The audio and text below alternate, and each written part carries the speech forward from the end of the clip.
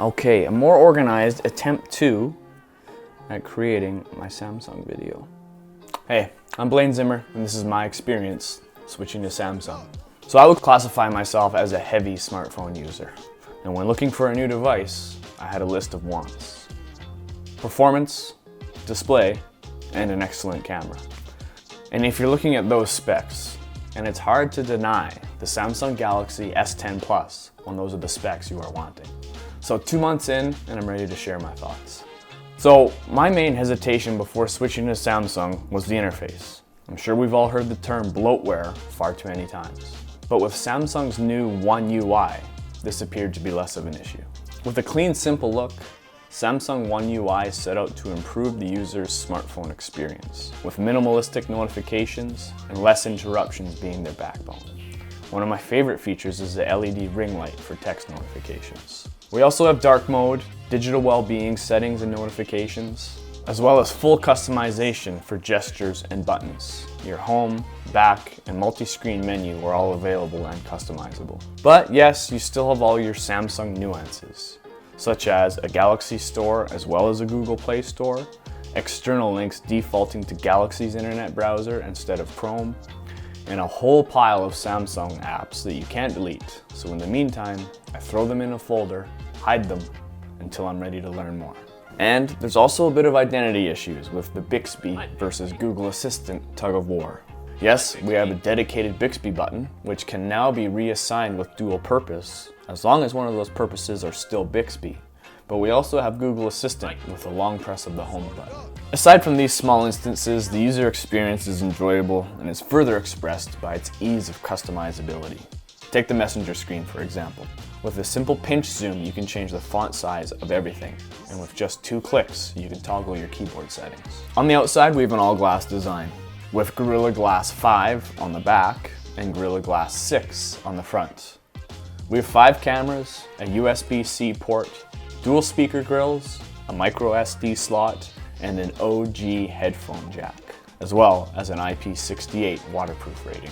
Inside, we have 8 or 12 gigabytes of RAM, a minimum of 128 gigs of storage with expandable micro SD, and Snapdragon 855. And the performance is perfect. It's fast, snappy, and efficient. My 3 main highlights of my new Samsung experience would have to be the battery, the display, and the camera. On paper, the display is a true flagship, an AMOLED Infinity-O display with a 1440 by 3040 pixels that takes up 93.1% of the entire device's size. And this puts it right in between 1080p and 4K. Now there's a reason Samsung is famous for their panels. Color saturation, dynamic range, sharpness are all spot on. Watching movies, shows, or gaming on this device is truly an immersive experience. And with the zoom to fit feature, you get a full experience. And yes, there is a cutout, but yes, you do get used to it, but it is definitely there. Pro tip, when watching videos on your device, situate it so that your volume buttons are on top. That way your camera cutout sits in the bottom right corner. It feels just like a watermark and kind of disappears shortly after watching. Also, to complement this immersive experience is the dual speaker setup with Dolby Atmos. And this makes a huge difference. When comparing it to the Google Pixel's dual front-facing speakers, sometimes I'll be watching something and I'll have to look to my left or right because that's where it feels like the sound is coming from. The battery.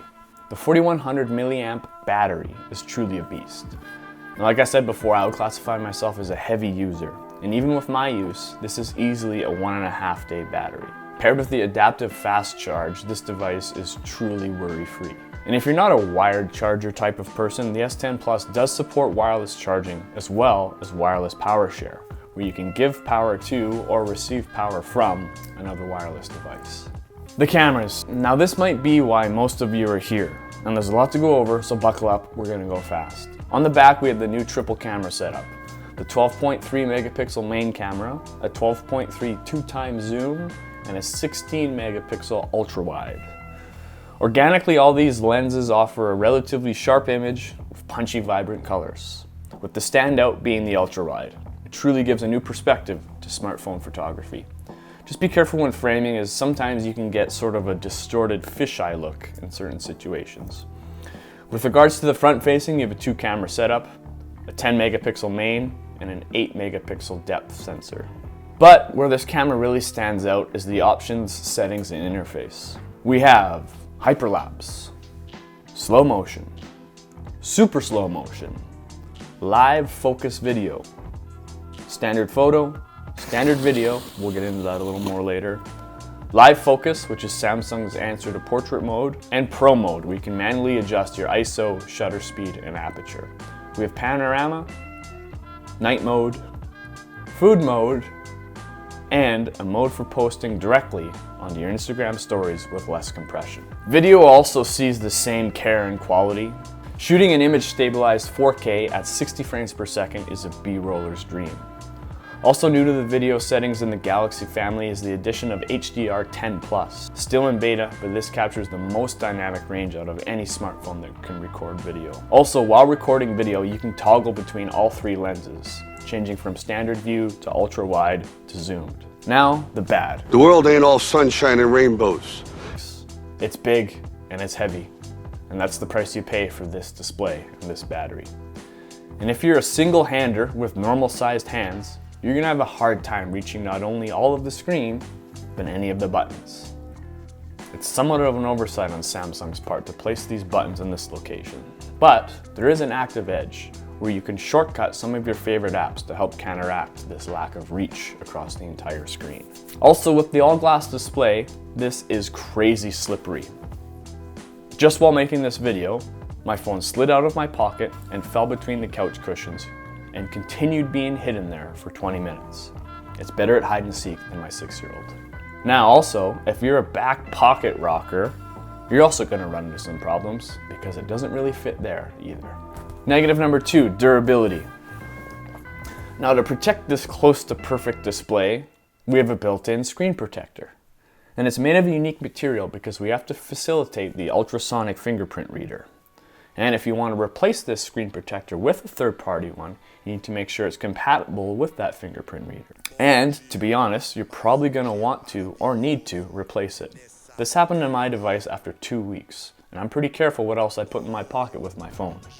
So I have a hard time believing that a lip chapstick can scratch a phone like this. And the last piece of bad news is a big one, security. Now to unlock your device, you can keep it old school with a pin or pattern, and that might be a good idea because your other two choices are challenged for different reasons.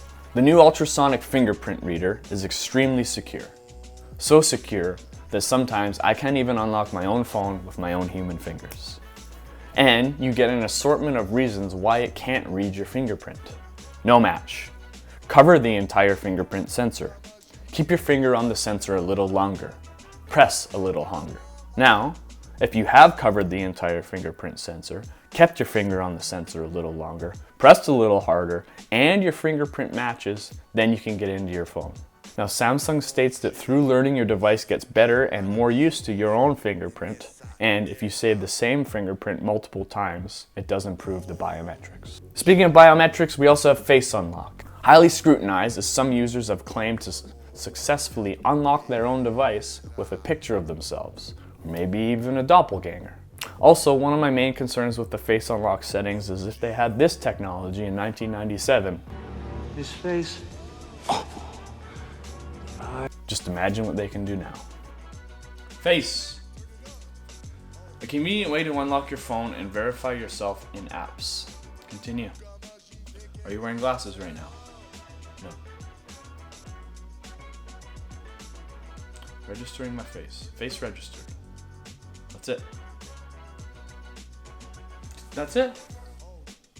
Okay, here we go. Oh, that's fast. So much faster than fingerprint. Whoa! That is crazy fast. I might switch to that over fingerprint.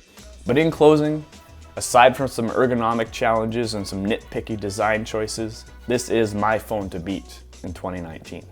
And this is also proving that switching to Samsung from iPhones, Pixels, or basically any other device isn't just easy, it might be better. Like if you enjoyed it, and we'll see you on the next one. Thanks.